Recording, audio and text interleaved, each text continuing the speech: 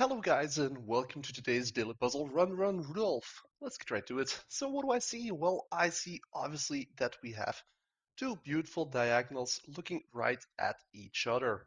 To top it off, we have our queen over here that is looking at their queen.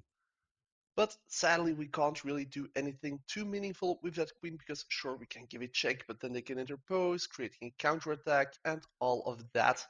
So the best thing we can do is actually get rid of their queen, sacrificing ours, forcing them to waste their move as they can only spend their turn at that point using their king to capture our queen as our queen has all the X's covered with some minor help from this pawn.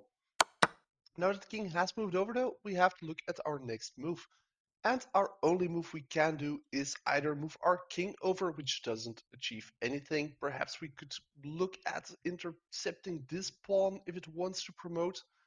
But instead of that, we can also be more proactive and actually start pushing our own pawn. Because they have no piece that can actually intercept our pawn if they don't immediately capture it. As such, they are basically forced to capture that pawn using their own.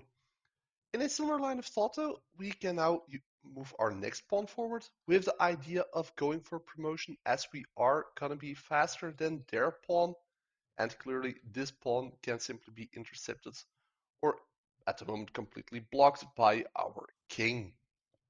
As such, once we push this pawn in, they have to capture it immediately because if they don't, then we simply push on. But by capturing our next pawn gets opened up and this continues all the way to our last pawn. But they can still move their king in.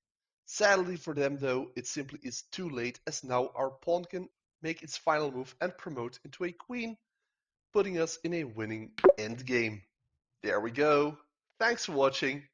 Please leave a like. If you aren't yet, please subscribe and have some nice holidays. Bye.